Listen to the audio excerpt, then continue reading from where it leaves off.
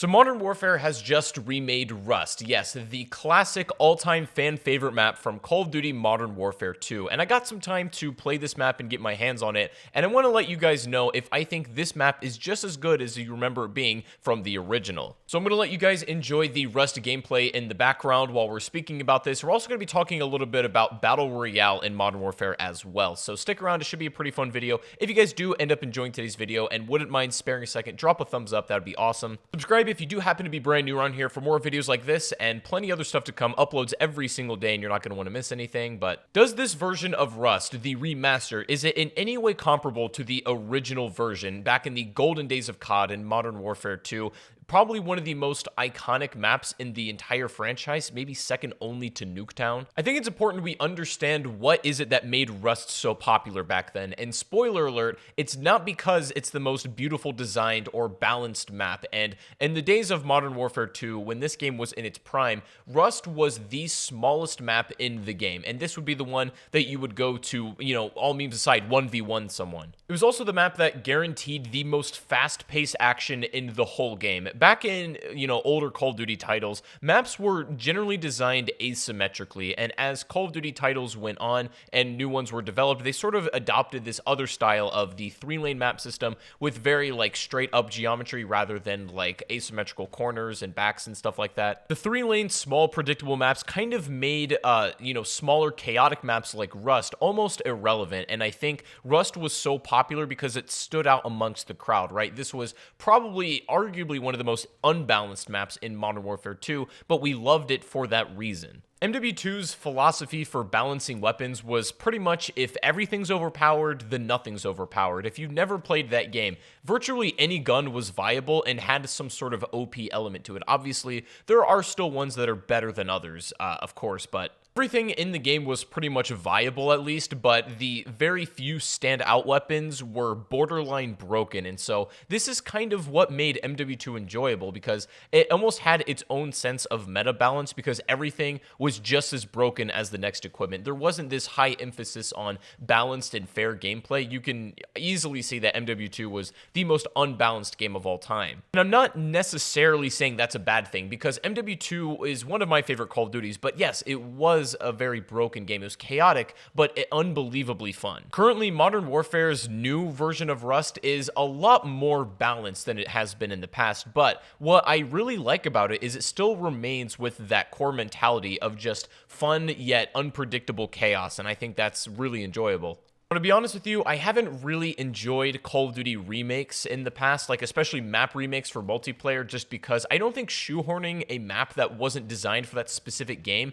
and just throwing it in there with all of its new mechanics and features is necessarily the best idea. And what it can end up doing is tainting the original map's experience and sort of deleting that charm that it once had. But I gotta say, Modern Warfare's new version of Rust avoids that entirely. I think that this map still retains all of its charm and keeping that fun element to it. Obviously, it isn't the most balanced map. I'm not even going to make that argument at all. A lot of spawns are still broken. A lot of the equipment you can use is busted on here, but it's okay, honestly. It's still enjoyable. The map visually looks very familiar to what you'll remember if you played the original Rust. When Call of Duty does a lot of remakes, sometimes they'll completely change the color palette from the ground up, and it doesn't even feel like you're playing the same map anymore. A lot of the reds and kind of yellows and browns on this, while Rust isn't the most pretty map of all time, it certainly holds true to the original experience that you probably remember. Another thing I absolutely love, power positions actually matter in this map. Call of Duty has lost that in recent titles with, again, the 3-lane map system kind of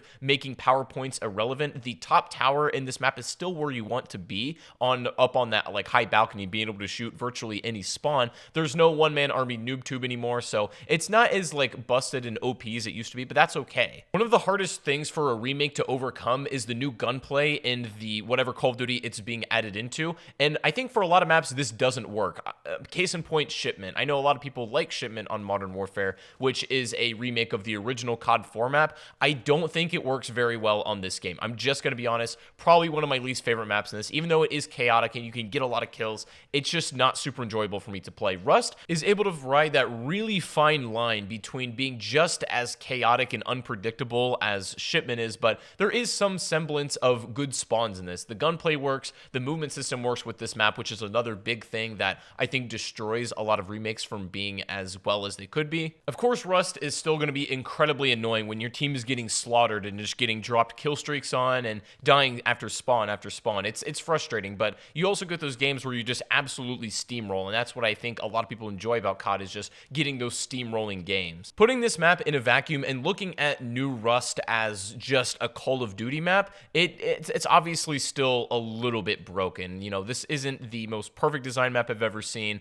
and you're going to get frustrated with it sometimes if you played enough. That's absolutely inevitable. But when you compare it to original Rust as a remake, I actually think this works, and that's kind of a rarity for me because, again, as I said earlier, I don't really particularly like COD remakes as much as some other people. Sometimes I think they run the risk of just ruining the charm the original map had and just not being able to hold a candle to what made the original map fun. But I think Rust actually works, so take that for how you will. Now let's quickly talk about Battle Royale, because this is all of the buzz lately. Yes, I think Battle Royale, at this point, there's no sense in denying it. BR is happening for this game at some point, and I think the idea was that they sort of wanted to do an Apex Legends kind of release where it's going to be unexpected, out of the blue, and it's just going to be dropped on us because there's been no obvious marketing yet. There's been, leaked pictures and that sort of thing. But what I want to talk about today is this BR going to be successful, and will it be enjoyable? Obviously, if you guys are familiar with me and this channel, I'm a pretty big BR player. Like, I'm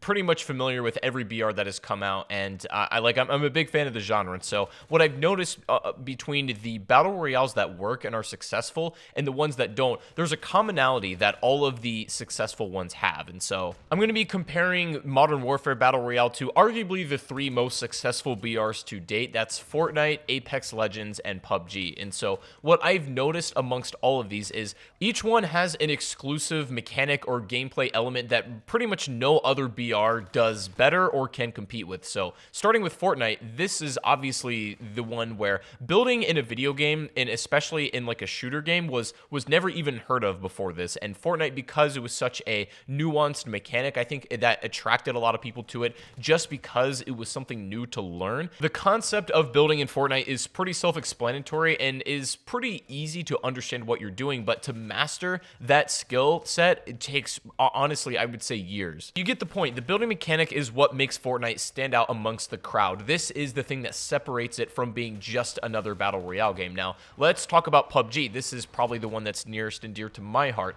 PUBG's gunplay is unmatched to almost any video game I've ever played. You could argue like Insurgency is pretty close, or maybe Tarkov. I honestly don't think Tarkov's gunplay is nearly as hard or as intricate as PUBG. Battlegrounds is popular because not only does it keep a realistic element to it, but the guns are as real as you could probably ask for in a game. Bullet travel time, velocities are all pretty much accurate, and you can even put enough time into one weapon to get unbelievably skilled with it. There is a very high skill ceiling with each weapon in the game that can all be customized to change that skill ceiling as well. So there's always something new to be working on with improving gunplay in PUBG, and that's what's really addicting about it. No other BR does gunfighting better and more satisfying than PUBG, and I will hold that to the day I die. Now, Apex Legends is a little bit different. This is kind of more of an arena shooter style battle royale, but it also has a hero element to it. Picking your character to choose abilities and, stack that with your team and coordinate that way, it's very like Overwatchy, but it also still behaves like a battle royale.